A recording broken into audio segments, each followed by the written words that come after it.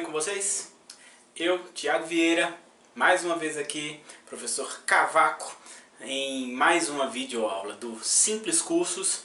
Dessa vez vamos de Física, a continuação da aula sobre vetores. Na última aula a gente viu que algumas grandezas elas requerem mais do que um número e uma unidade para elas ficarem bem definidas. São essas grandezas que a gente chama de grandezas vetoriais. Elas precisam tanto do módulo que é constituído por um número e por uma unidade de medida, mas elas precisam também de uma direção e de um sentido. Então, por isso a gente precisa tratar essas grandezas com uma matemática diferente. Essa matemática é a matemática vetorial. Aí, a gente agora vai estudar todas as grandezas que a gente viu lá na cinemática escalar, só que agora tratando elas como vetores. Então vem aí a cinemática vetorial. Vamos começar com a definição de deslocamento vetorial. A gente viu o deslocamento, que era a variação na posição de uma partícula. Posição final menos a posição inicial. No caso do deslocamento vetorial, ele é um vetor que liga o ponto inicial do movimento ao ponto final. Então, digamos que o vetor ele passa aqui, por essa trajetória, sai do ponto A até o ponto B fazendo essa curva aqui. O vetor deslocamento nessa trajetória aqui, nesse percurso que ele fez, é simplesmente do A até o B. É um vetor que liga direto. É sempre uma linha reta. É como se o vetor fosse sempre a menor distância entre os dois pontos, que é essa linha reta aí que liga esses dois pontos. Beleza? Então, a gente sempre vai ter que o módulo, que é o tamanho desse vetor, vai ser sempre menor ou igual a esse ΔS, que seria isso daqui. O ΔS é exatamente esse tanto que o vetor vai andar. De boa? Quando é que ele vai ser exatamente igual? Quando a trajetória ela for retilínea. Se a trajetória é retilínea, o ΔS e o vetor deslocamento, o módulo do vetor deslocamento, eles coincidem. Ok? Velocidade vetorial média. Então, da mesma forma que a gente viu velocidade escalar média, a gente tem a velocidade vetorial média. Velocidade vetorial média é um vetor, lógico, e é a razão entre o vetor deslocamento e o intervalo de tempo.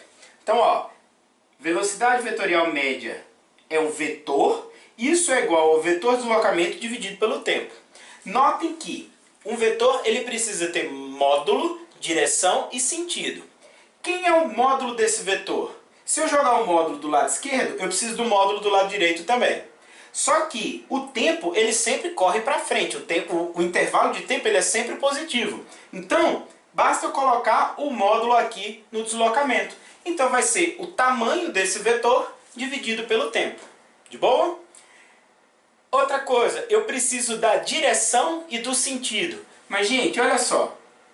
Se o tempo é sempre uma coisa positiva, quando eu pego um vetor e multiplico ou divido por uma coisa sempre positiva, por um número positivo, eu não altero a direção e eu não altero o sentido. Lembram da aula de vetores? Eu falei que quando a gente multiplica por um número negativo, a gente pode acabar alterando o módulo, o tamanho, mas a gente nunca altera a direção. E quando é por um número negativo, a gente altera o sentido.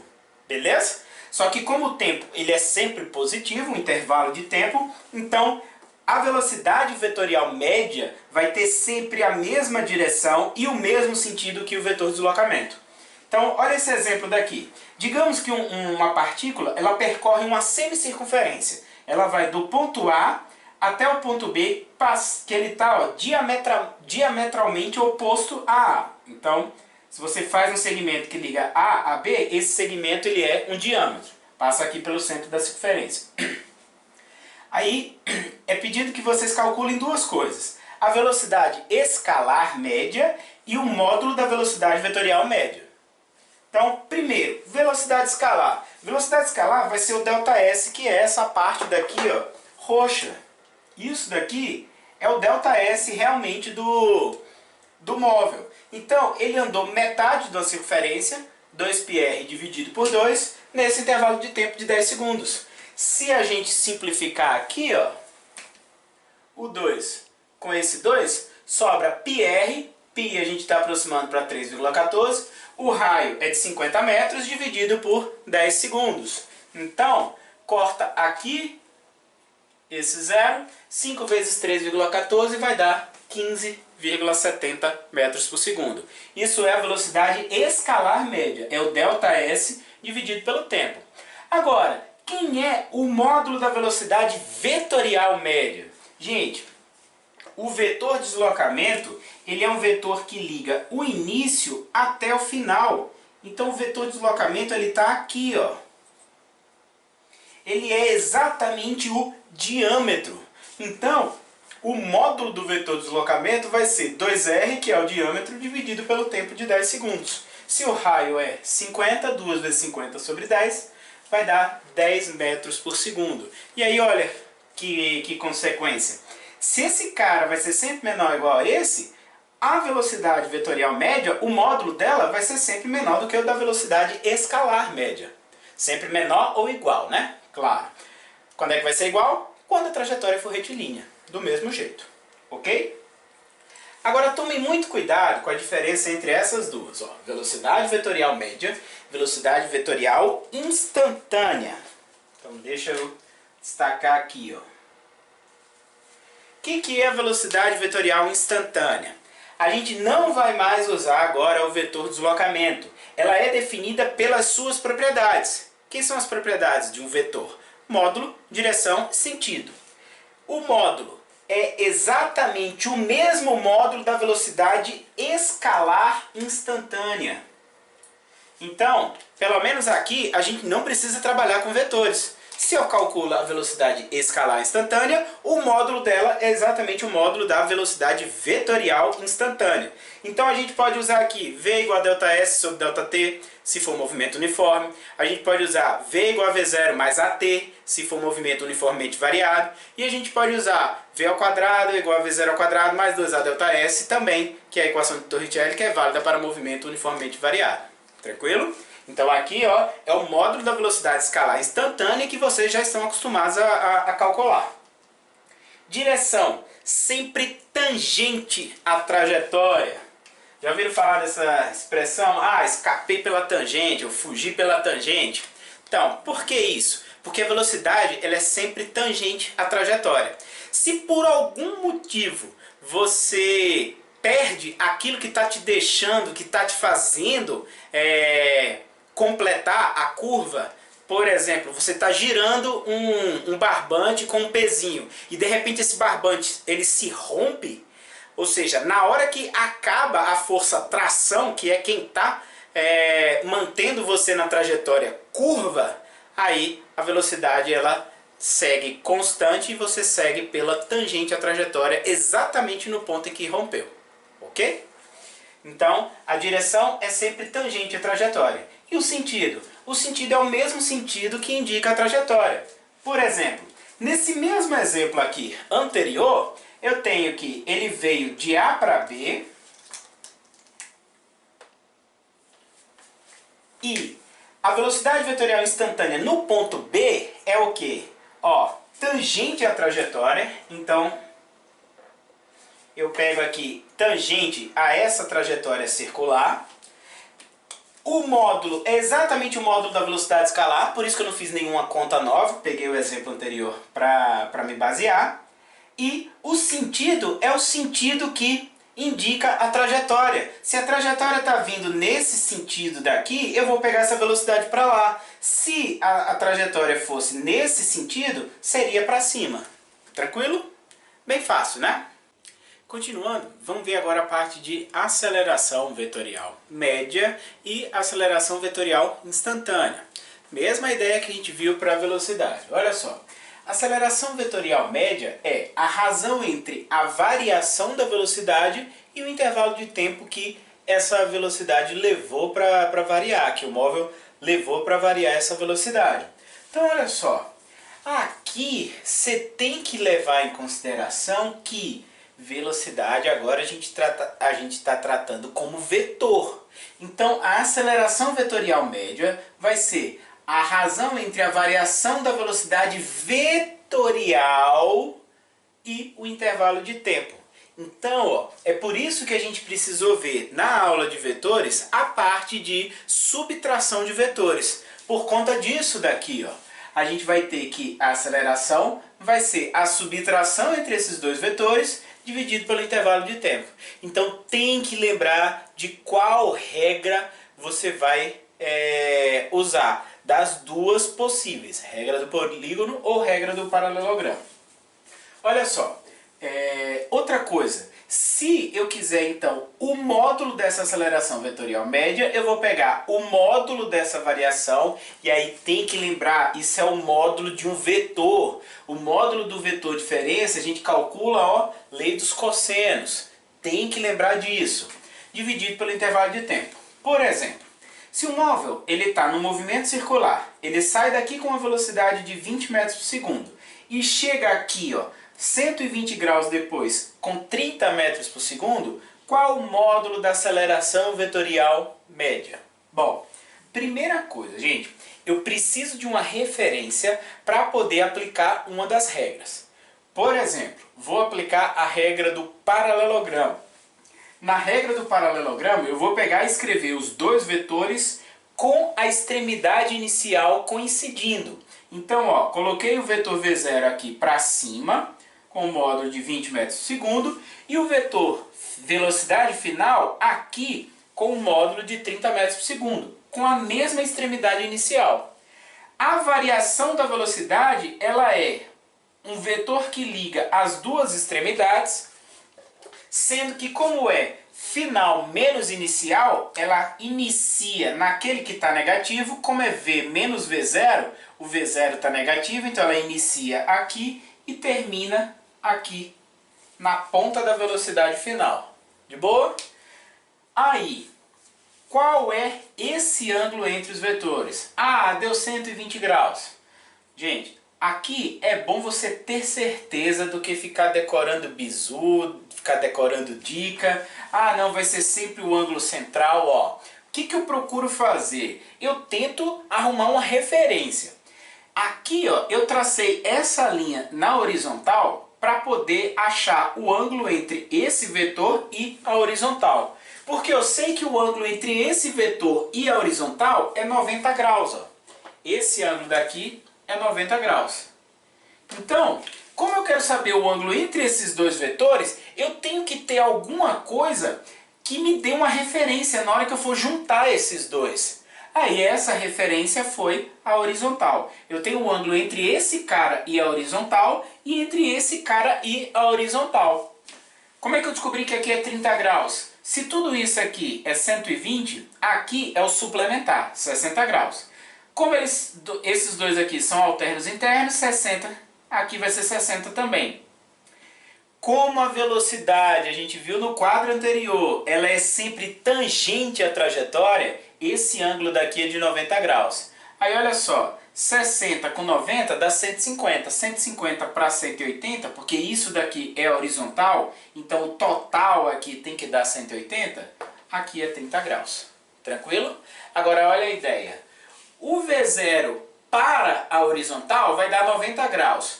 Da horizontal para o V final, eu tenho mais 30 graus para baixo. Então, no total do V0 até a velocidade final, eu vou ter 120 graus. Beleza? Descobri o ângulo. Sabe já os valores vetores, aí é só aplicar a lei dos cossenos. A gente vai chegar. ΔV ao quadrado é igual ao primeiro ao quadrado mais o segundo ao quadrado, menos duas vezes o primeiro pelo segundo, vezes o cosseno do ângulo entre eles. Lembrando que o cosseno de 120 é menos o de 60, então menos 1/2. Faz essas contas e a gente acha que o módulo desse ΔV, ou seja, o módulo disso daqui, vai dar 43,6 metros por segundo. Como isso aconteceu em 10 segundos, isso dividido por 10 vai dar 4,3 metros por segundo ao quadrado. Esse é o módulo da velocidade, aliás, da aceleração vetorial média. Qual é a direção? Gente, da mesma forma que lá na velocidade vetorial média, como esse intervalo de tempo é positivo, esse daqui, a direção da aceleração vetorial média, ela coincide com a direção do ΔV. Ou seja, ela está nessa direção daqui, ó. Essa direção inclinada. E o sentido? também coincide, porque esse cara daqui é positivo. Se ele é positivo, ele não consegue alterar o sentido. Se ele fosse negativo, ele invertia o sentido. A direção nunca consegue alterar. Lembram disso da aula de vetores, não é? Agora, a aceleração vetorial instantânea, ela é um pouquinho mais chata. Ela é definida pela soma vetorial de duas componentes, a tangencial e a centrípeta. Então eu vou deixar para colocar essa representação no próximo quadro. Vamos primeiro falar sobre a aceleração tangencial. A aceleração tangencial ela também é definida pelas qualidades, pelas propriedades do vetor, que são módulo, direção e sentido. O módulo, primeira coisa, módulo da aceleração tangencial é igual, gente, ao módulo da aceleração escalar. Lembra que isso aconteceu com a velocidade também? A velocidade vetorial instantânea, que ela é sempre tangente à trajetória, ela coincide com a velocidade escalar média, em módulo. Em módulo, as duas têm o mesmo valor. Então, ó, aqui, essa aceleração é a mesma aceleração que vocês estão acostumados a calcular no V igual a V0 mais AT, Torricelli, né? V ao quadrado igual a V0 ao quadrado mais 2A delta S e o S igual a S0 mais V0T mais AT ao quadrado sobre 2. É a mesma, exatamente a mesma aceleração. A direção, aí o próprio nome já fala, né? A aceleração tangencial, ela é tangente à trajetória. E o sentido, aí vai depender da velocidade. Por quê? Ele vai ter o mesmo sentido que a velocidade se o movimento for acelerado e contrário de V se o movimento for retardado. Ok? E a segunda componente, que é a componente centrípeta, a gente pode definir ela também pelas propriedades. Módulo, direção, sentido.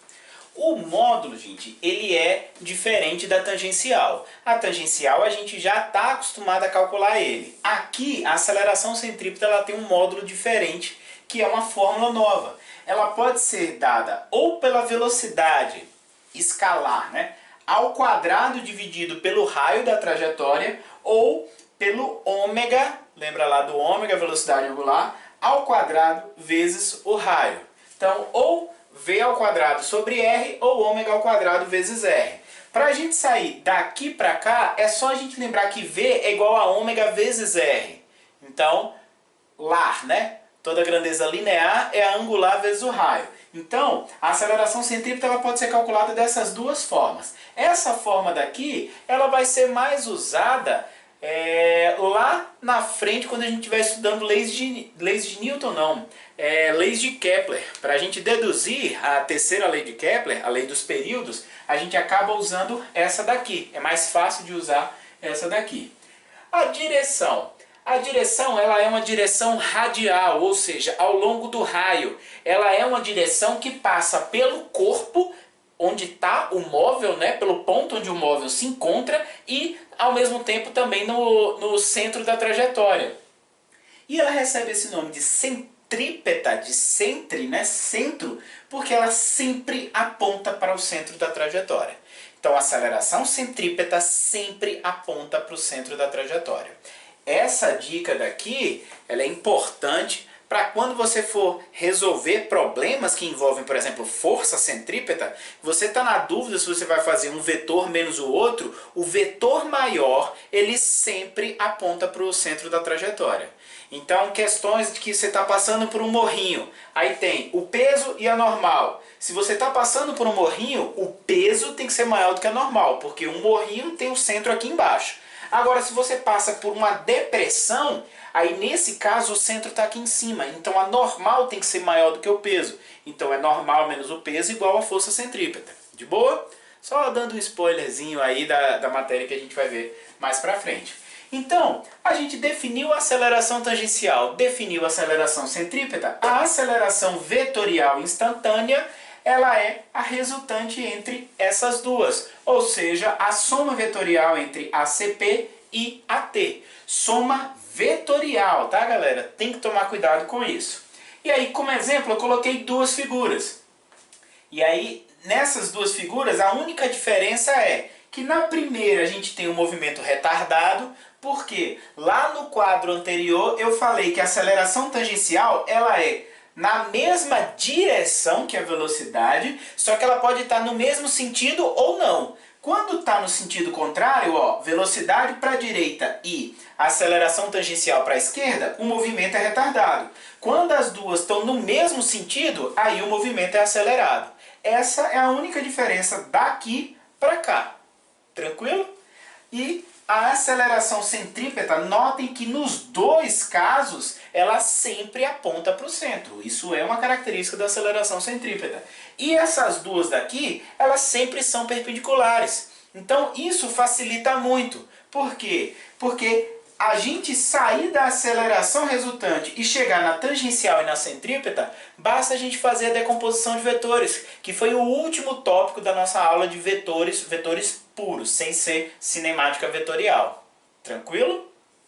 Então, ó, além disso, é só importante vocês terem em mente isso daqui, ó. O que cada uma dessas acelerações fazem? A primeira, que é a aceleração tangencial, ela só consegue alterar o módulo da velocidade. Lembra, a velocidade ela é um vetor. Quem altera a velocidade é a aceleração, só que um vetor ele tem módulo, direção e sentido. Quem altera o módulo é a aceleração tangencial. Quem altera a direção e meio que acaba alterando o sentido é a aceleração centrípeta. Então, ó, é como se esse trabalho ele fosse dividido em dois e esses dois eles não podem interferir no outro. Ou seja, a aceleração tangencial nunca vai mudar a direção da velocidade. Nunca, nunca. Pode mudar o sentido. Você está indo numa direção e aí inverte o sentido. Aí isso pode acontecer. Agora, a aceleração centrípeta, ela nunca muda o módulo da velocidade. Nunca, nunca, nunca, nunca. De boa? Então, isso daqui é muito importante. Assim, dá para a gente resumir os 4 movimentos que a gente já estudou em função dessas acelerações. Quando tem e quando não tem. Por exemplo, movimento retilíneo uniforme. Notem que toda vez que o movimento for retilíneo, se ele está indo sempre numa reta, ele não muda a direção, o máximo que ele pode fazer é inverter o sentido, mas a direção não muda, então não tem aceleração centrípeta. A aceleração centrípeta é igual a zero nos dois casos em que o movimento é retilíneo. Agora, nos dois casos em que o movimento é circular, tanto no movimento circular uniforme quanto no movimento circular uniformemente variado, aí a gente vai ter aceleração centrípeta sim. Toda vez que fizer curva, tem que ter aceleração centrípeta. Toda vez que estiver numa reta, não tem aceleração centrípeta de jeito nenhum. Ok? Outra coisa, não precisa ser circular, tá? Anotem bem aí essa informação que eu coloquei. Toda vez que tiver curva, quando você vai lá e joga num movimento parabólico, um lançamento oblíquo, como o movimento ele é curvo, tem aceleração centrípeta sim. De boa? Um pouquinho mais complicado, mas tem. A gente acaba vendo mais em movimentos circulares mesmo. Só que não é exclusivo dos movimentos circulares. Aí olha só. Toda vez que for uniformemente variado, lembra, movimento uniforme, o módulo da velocidade é constante. Então, ó, aqui é uniforme, aqui é uniforme. A diferença é que aqui é retilíneo, aqui é circular. Se o módulo da velocidade é constante, quem altera o módulo da velocidade?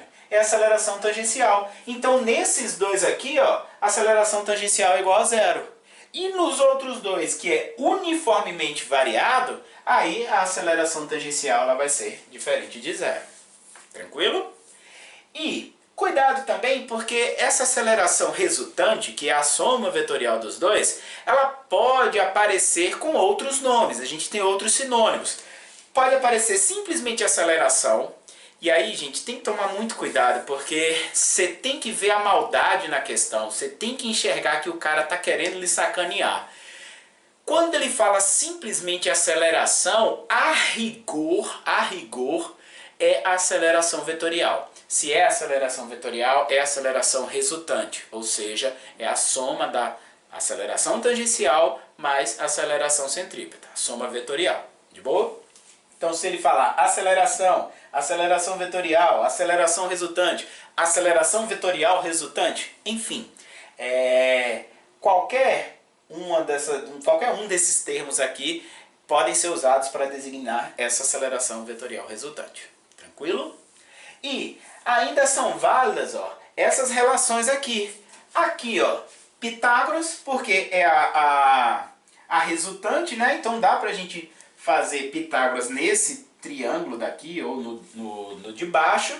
E assim como a gente fez lá em decomposição de vetores, se eu tiver o ângulo θ, ó, que é o ângulo formado entre a aceleração e a horizontal, a aceleração tangencial vai ser a aceleração resultante vezes o cosseno de θ, e a aceleração centrípeta vai ser a aceleração resultante vezes o seno de θ também. Da mesma forma como a gente viu lá em decomposição de vetores. Tranquilo? Bom, espero que vocês tenham gostado. Compartilhem, se inscrevam no canal, deixem seu like, deixem um comentário aí, digam o que vocês estão achando das aulas. Por favor, o feedback é muito importante para a gente ver o que é que a gente pode melhorar, o que é que vocês querem mais saber dos assuntos, algum detalhe a mais, enfim. Interage aí que sempre que eu puder eu vou responder. Tranquilo? Valeu, galera. Aquele abraço.